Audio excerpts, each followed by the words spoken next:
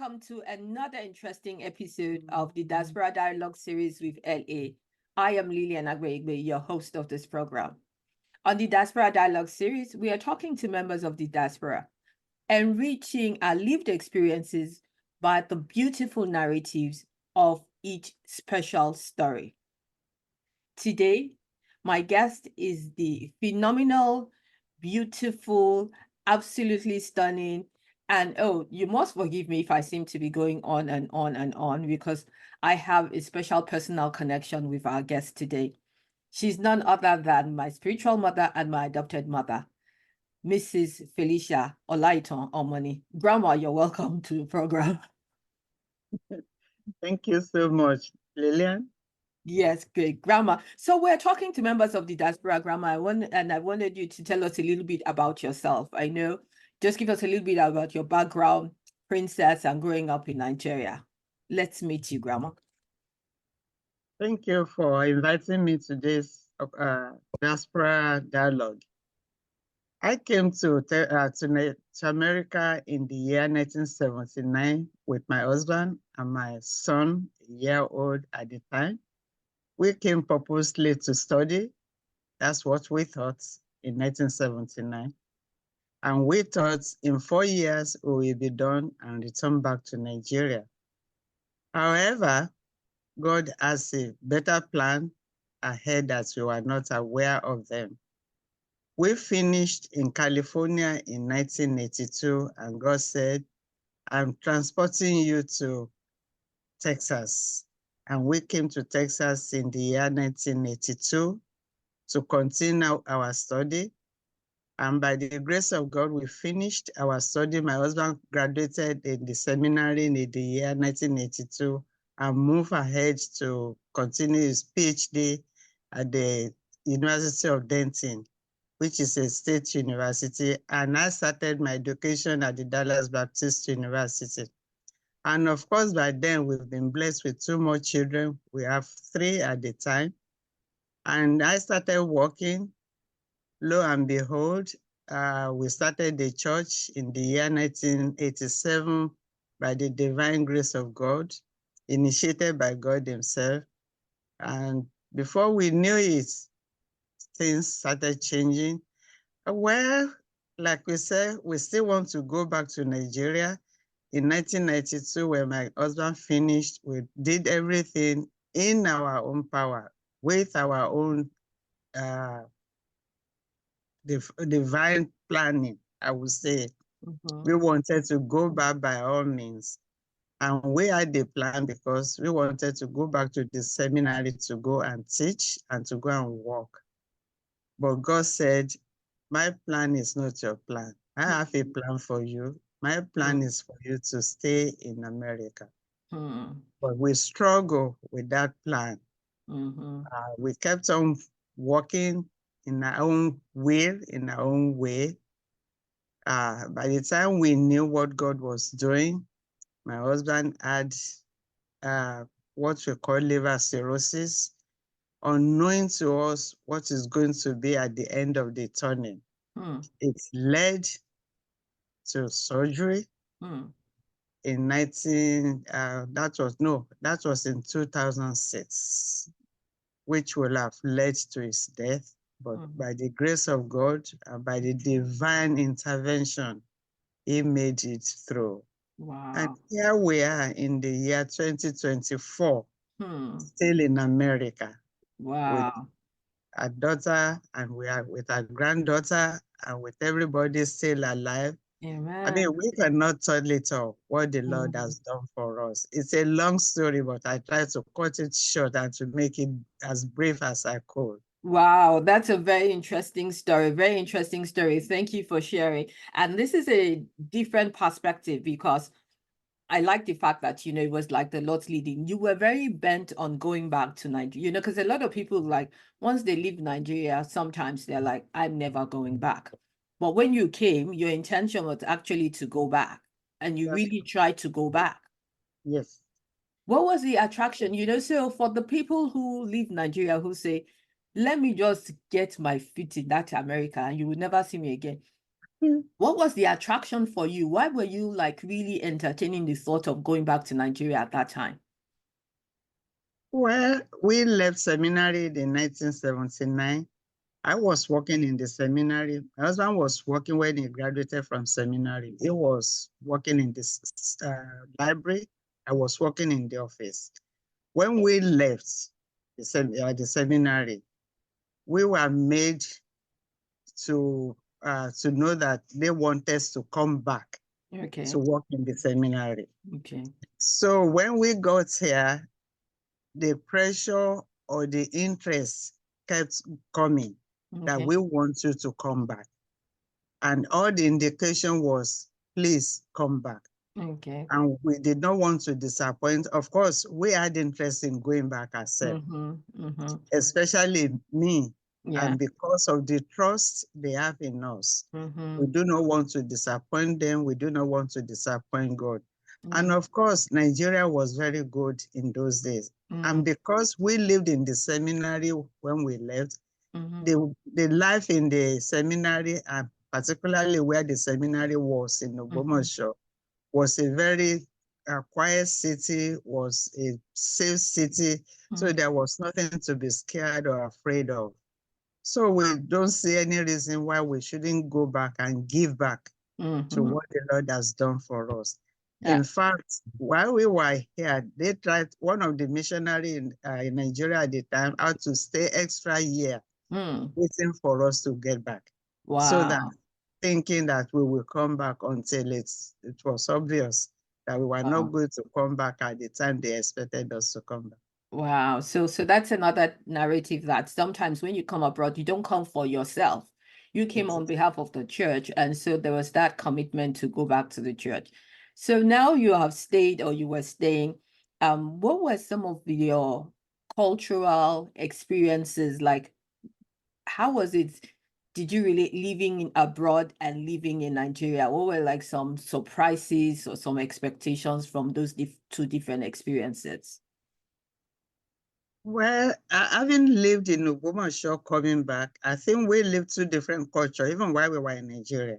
Okay. Because we live among missionaries most of the time in the seminary in Ogbomoso. Most of the people in the compound were missionaries from America. Okay. So we've always lived American-Nigerian life while we were in Nigeria. So we still brought that culture with us when we came to America. And so it stayed with us, and we grew up. I personally grew up with that sort of culture, even growing up in Nigeria. And so coming here, of course, I grew up in my native town until I was 13 or 14. So I knew the culture very well too. And that's part of me still stay. And definitely you can't take that away from, no matter how old or how culture you adapt to new one. So I still have that in me.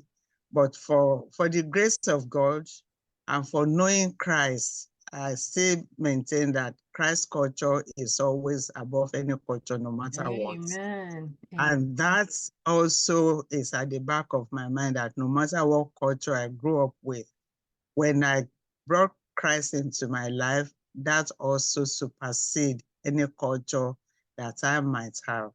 And so I let that supersede any culture that I have before. So whether it's Nigeria, whether it's America, Christ is really the anchor for you. That's awesome. And that may be the thing, but as you were raised in Nigeria and then you came with Femi when he was 1, and then you had everyone you're here. What would you say did you have some challenges, or were there some differences, or was it that Christ culture in terms of raising the children and your experience of or knowledge of raising children traditionally and both cultures? How did that work for you? I don't know about raising children traditionally. The only thing about traditional in raising them was not giving them English name. Because my children didn't have any English name at all. And maybe that is part of the culture in me, because I believe English name is not part of the name I want them to grow up with, even though when they were growing up, they tried to give themselves a name that is English, which they eventually find out it's not the custom they also want to be noted for. They don't want to be associated with that. They want people to know who they really are.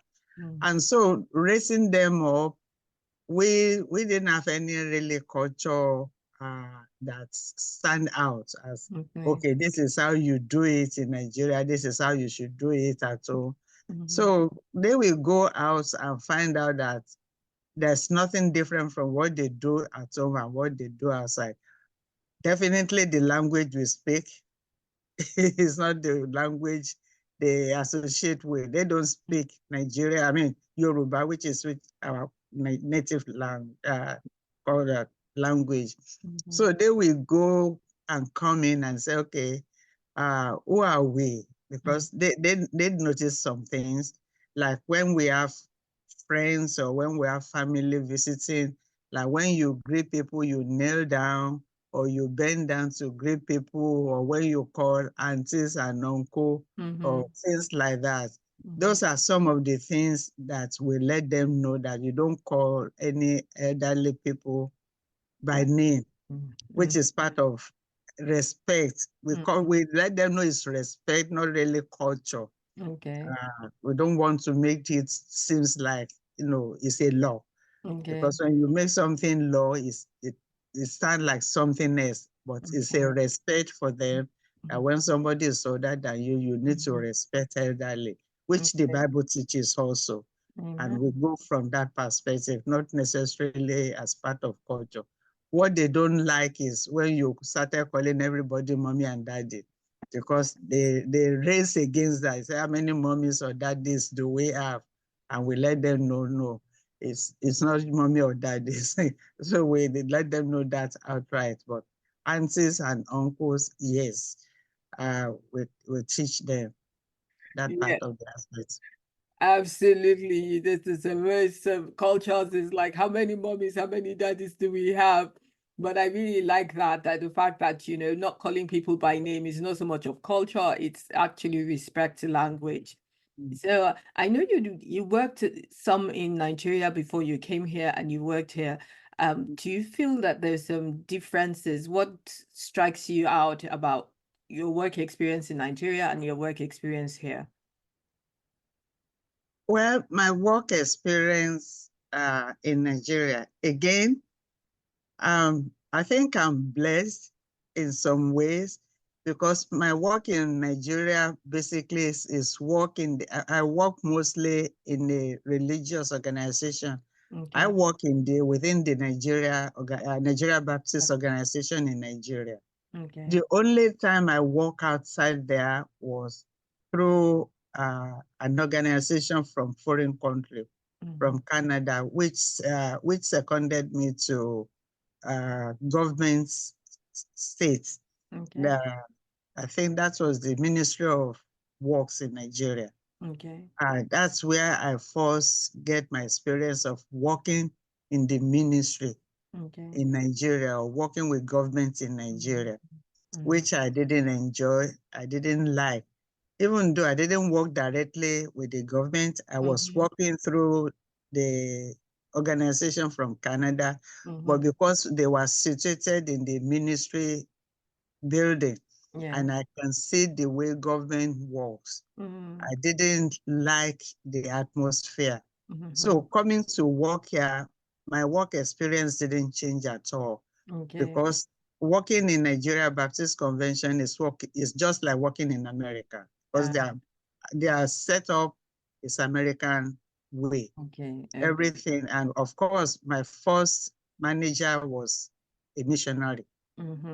So I work under missionary, I work under American system all through. And when we were married, I work in the seminary, which is still under American missionary. So I was never outside the burden of Nigerian setup as such. So basically, you were already in America before you actually came to America. Exactly. And Awesome. that's why I said I was really blessed. So maybe God has already prepared me for what Mm-hmm. is ahead of me that I didn't know.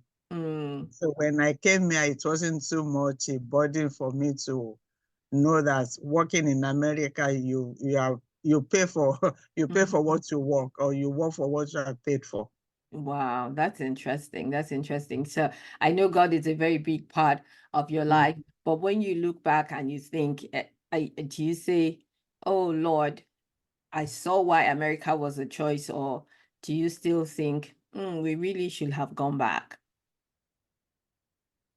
No, I think looking back, I thank God that He kept us here. And Amen. the reason I say that now, I say that now looking back to what happened in 2006. Hmm.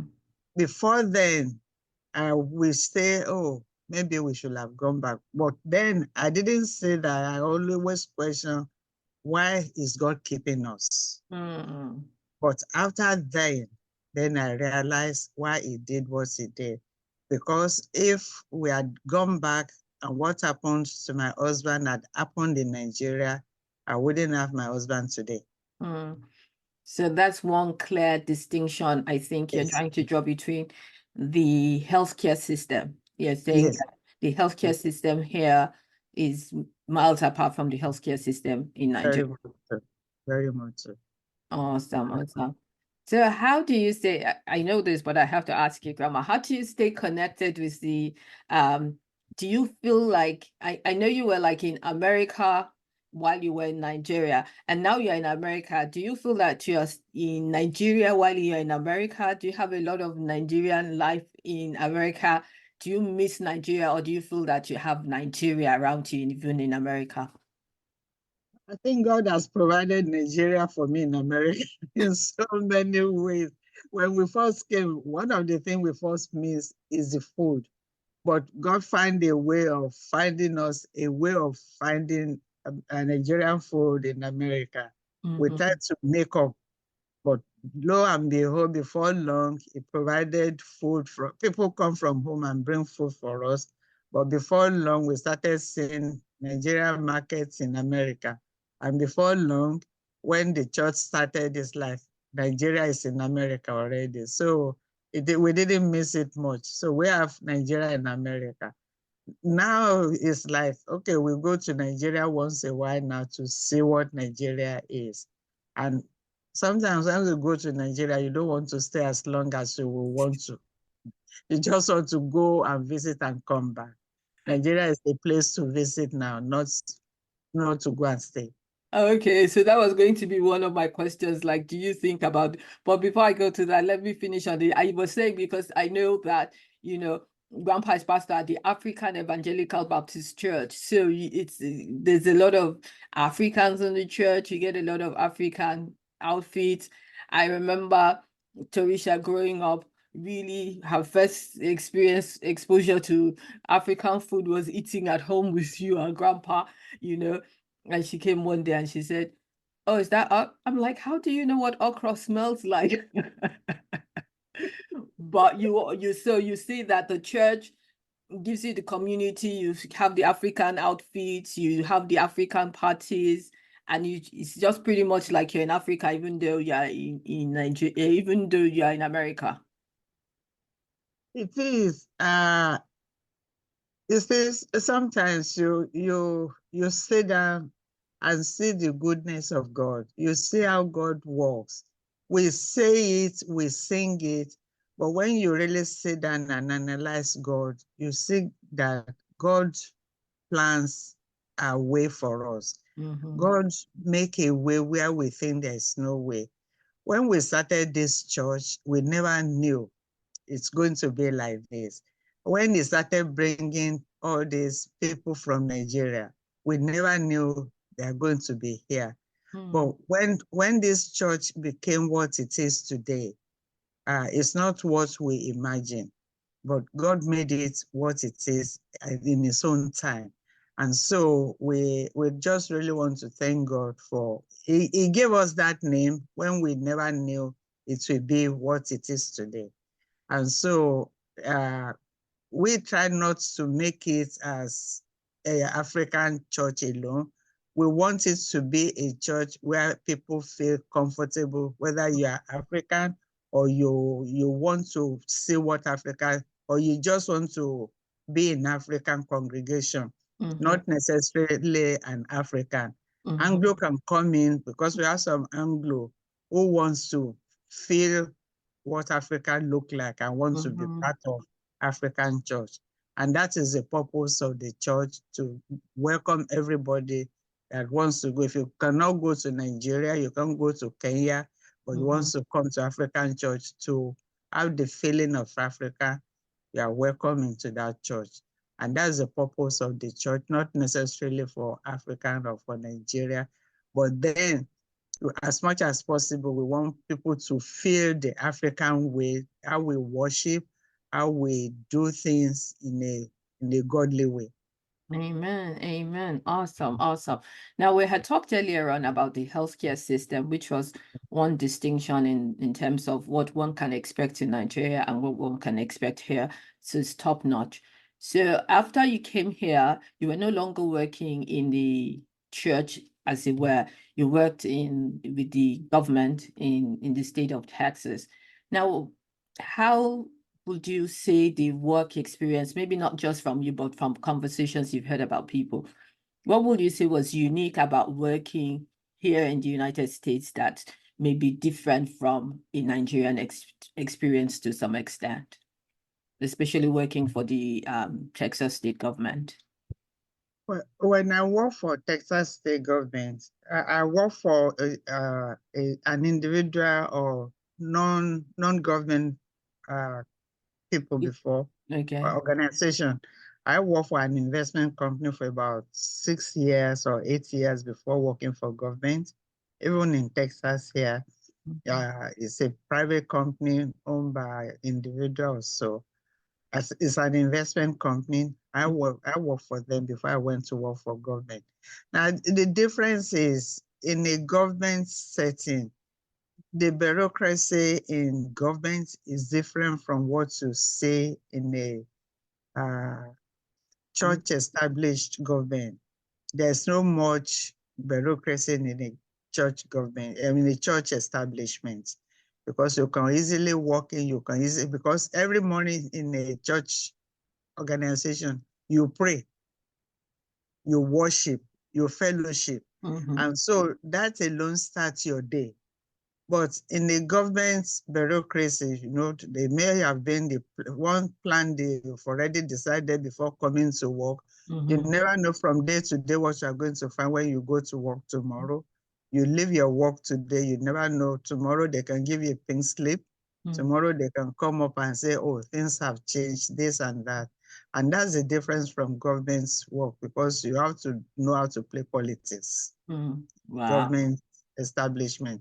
Whereas in a church environment, the atmosphere is light and free. Amen. In a government establishment, it's like, if you know how to pray, just pray hard that whatever comes your way, God will help you to take it and accept it. It's as simple as that. Wow, wow. So yeah, so your work environment is government. You have to be on your toes, and in the faith community, you know that people are depending on God.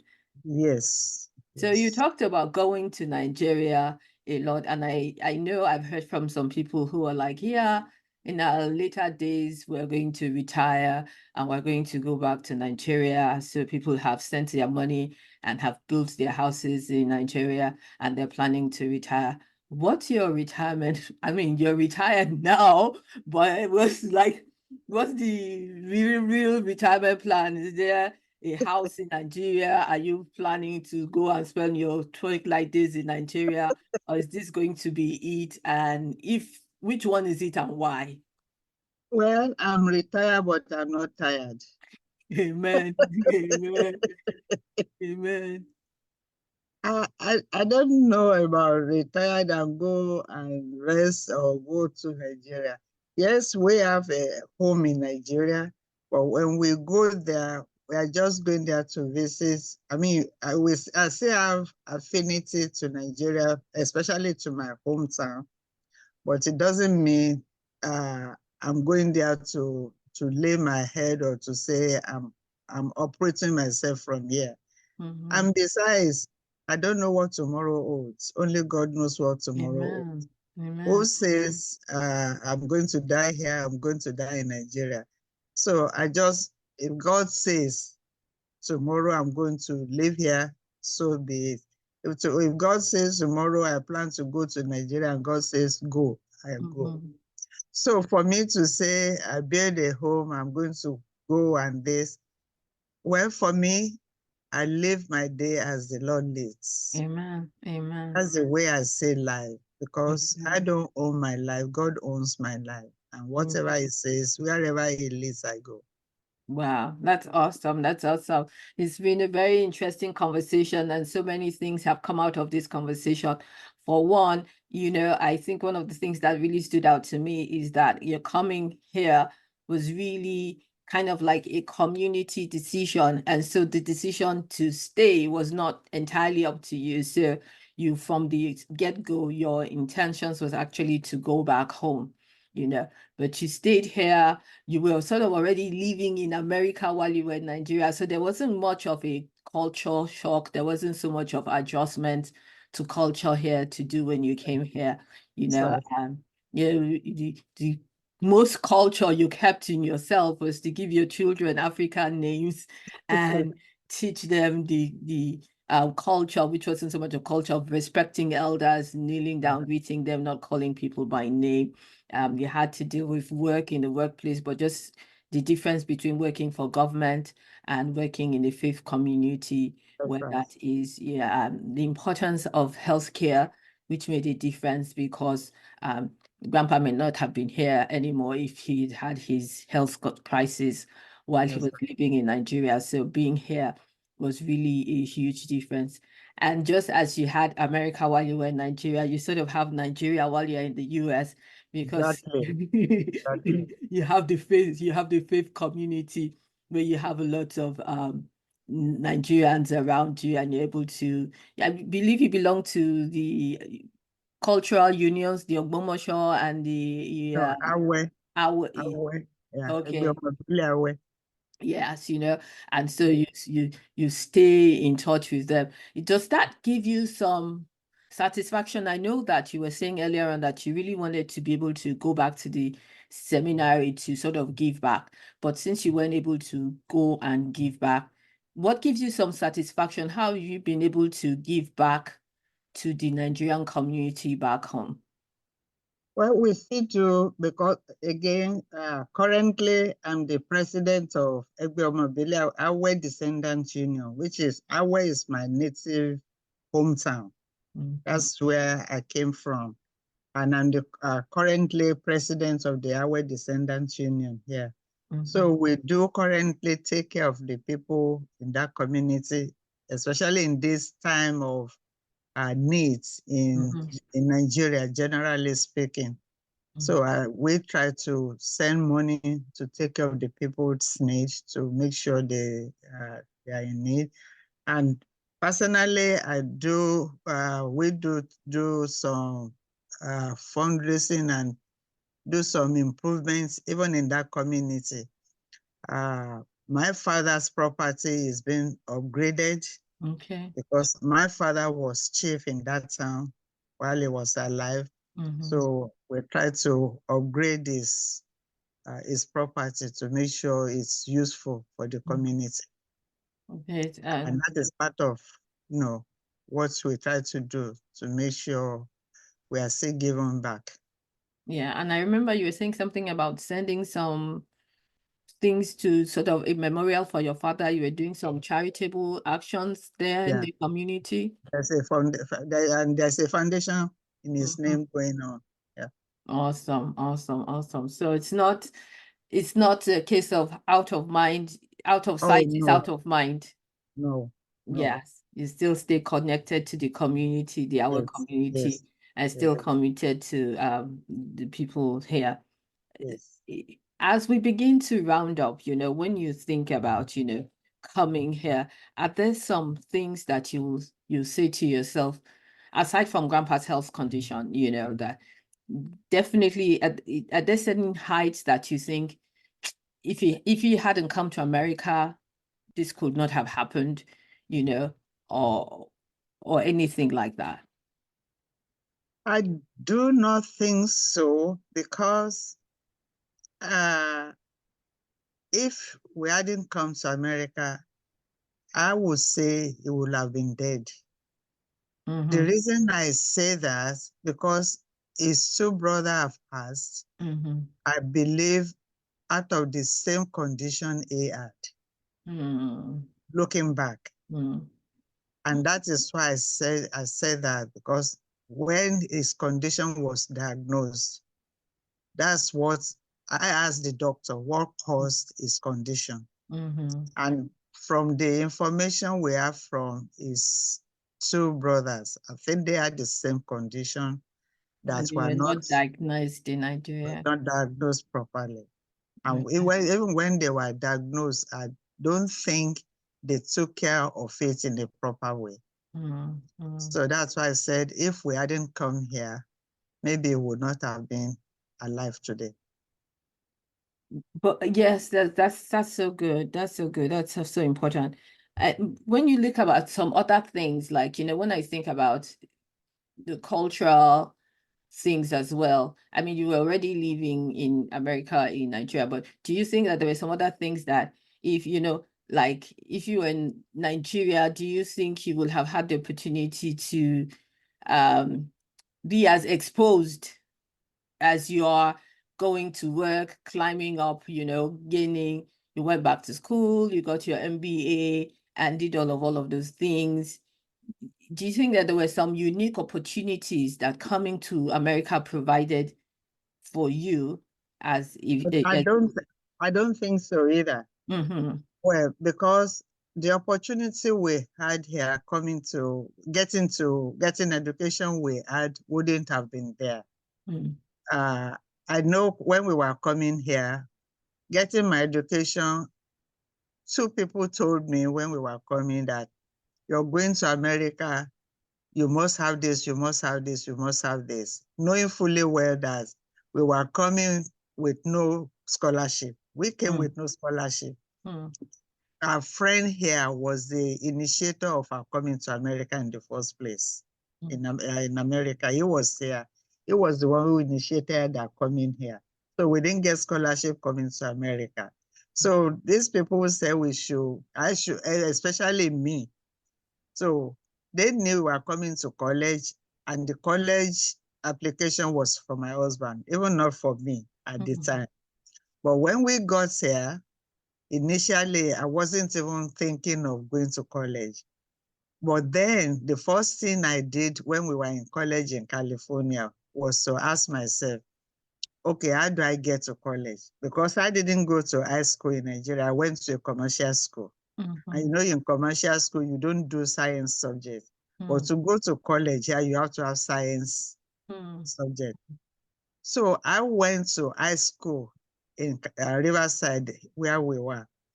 And fortunately for me, I have the transcript of all my commercial school with me. I brought it with me. So I took it to that high school. I said, this is my high school, my commercial school transcript. I said, what do I need to get high school diploma? So the teacher looked at it, the teacher I saw looked at it, he said, oh, you have all the classes you need to get high school diploma. You have more than enough, but you don't have any science. I said, how many science hours do I need to take? He said, you need 8 hours of science classes. I said, okay, when can I start taking it? And I was pregnant with Ayo at the time. He said, okay, you can start taking it. And that's how I started taking classes in science in Riverside. So by the time I finished, it was time. When it is time to graduate, they asked me to come and work to graduate from my high school diploma in Riverside. Unfortunately, I was born at that time. I couldn't go to work. So they sent me my diploma. Wow. But I think that that's interesting because in those days, pregnant people, and I don't even know if it happens now, but in those days, pregnant people don't go to school in Nigeria. If you're pregnant, I think you get to drop out of school. I mean, in Nigeria, they wouldn't even give me the opportunity to go to high school in Nigeria with commercials. I mean, of course, I may not even think of going back to high school in Nigeria because I was already working with commercial school. I was working as a clerk typist or, admin in the seminary at the time before we came. Yeah. So I was working with my commercial school. So I wouldn't even think of going to high school. I mean, the only thing I tried to do when we were in Nigeria was to take GCE. That was it. Yeah, yeah. Well, so for me to do that here in America, it's a privilege. And for me to get high school diploma, to have the diploma of American high school, gave me the opportunity to go to college here. Wow. That's what I used to apply for college, to go to college in America. And you got that, went to college, got your degree, and then went back to go to your MBA. MBA, yeah. Awesome, awesome, great. So when great. we moved to Texas from California, I just applied to Dallas Baptist University. Great, great, great, great. Well, Grandma, it's been great talking to you. And I know you said the future is in God's hands, but as we do know it is. Any last words, anything about your journey from, any, like, what would you say has been your favorite, other than Grandpa's health, what would be your favorite thing about having come to America? Like, if you had the chance to do it again, like, I'm going to come to America because of this particular thing. What do you like most? I guess what I'm trying to say. What do you like most about being American? Well, what is good about America is the opportunity, which there's no limit to opportunity. Like I said, I'm retired, but I'm not tired. When I chose to retire in I think I retired in 2016. Oh, no, I retired in 2012 from the States, where after putting 20 years of service there. Wow. So I decided, okay, I've already put in 20 years because they have this something of when your age plus year of service equals 80, then you can retire with all the full benefits. Okay. So I decided to do that in 2012. And later, a friend of mine introduced me to selling books. By then, I've already got my license to sell real estate. So I have my real estate license. But it wasn't coming as I wanted it to. But at the same time, I don't like sitting down at home. I'm not the type that feel comfortable doing nothing. I'd like to move around. So she introduced me to selling books in 2016. And that's what I'm still doing today. So I don't like, in Nigeria, I don't think that's a viable option for you. In Nigeria, with my age, people will think you are old, you shouldn't do this. And then people put old age on you so much that they make you feel you are too old to do this, you are too old to do that. They make you feel you're supposed to be holding your hands to move around, which I don't like at all. So being here gives you that independence. I'm an independent person. I like to do things the way I want to do it. And so I enjoy that independence here, which I know I wouldn't have in Nigeria if I have to be in Nigeria.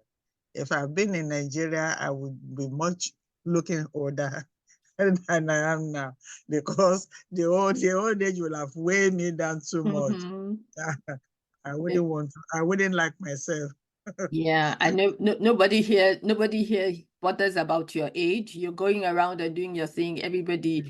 Nobody's calling your age for you. Exactly. So that's one thing I like here. You are free to do whatever you want to do, whatever you feel like doing. And God has been so good that He gives you the strength to do whatever He gives you opportunity to do. And that's one thing about God that He never fails to do. Amen. Friends, thank you so much for joining us. This has been a phenomenal conversation. My guest today has been Mrs. Felicia Olaitan Omoni, also known as Grandma in this house. And we've heard about her journey from living in America in Nigeria to living in Nigeria in America to raising children to working and really enjoying the fact that she can be herself regardless of her age, even here in the US. Grandma, any last words as we sign out? Well, thank you, Lillian, for the work you do. And I just pray that as people hear this, they will learn something about not only living in diaspora, but learn about what God can do in their life for them. God bless you richly. Amen. Thank you. Bye. Until I come your way again some other time. This is your host, Lillian Agbeegbe. You're listening to the Diaspora Dialogue series with LA. Join us again next time for another interesting conversation with another phenomenal guest. Bye. Bye.